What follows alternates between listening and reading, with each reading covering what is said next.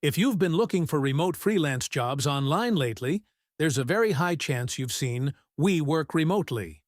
Because, honestly, it's one of the biggest remote job platforms on the internet right now. But is We Work Remotely actually worth using in 2026? Or are people wasting time and money on overhyped remote job listings?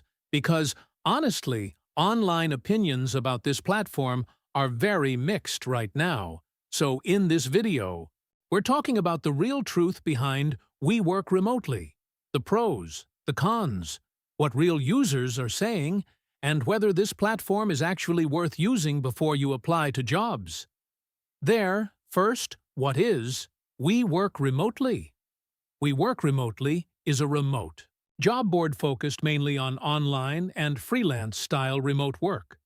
The platform has been around since 2011, and companies post remote positions in areas like programming, marketing, design, customer support, writing, and operations. And honestly, this is one reason the site became so popular. Because remote work exploded globally over the last few years, especially after companies normalized work-from-home positions. Now, let's talk about what people actually like about the platform. Because there are some real positives. First, many users say the jobs themselves are usually legitimate.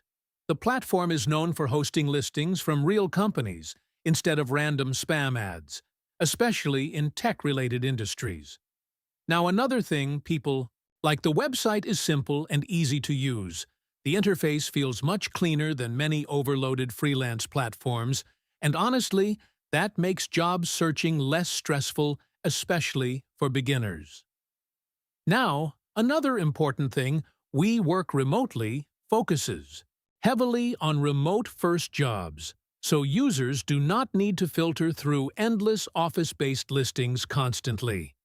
And honestly, that's one reason remote workers still visit the platform regularly.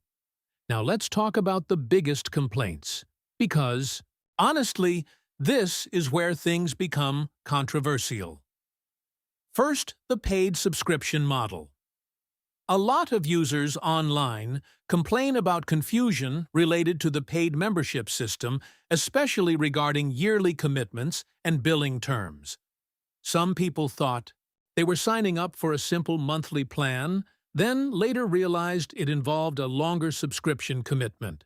And honestly, this is probably the biggest criticism surrounding the platform right now. Now, another complaint, people mention competition. Because remote jobs are extremely competitive now. Especially on large platforms like this, many users apply to dozens or even hundreds of jobs without hearing back. And honestly, that's not always the platform's fault. The remote job market itself is simply very crowded in 2026.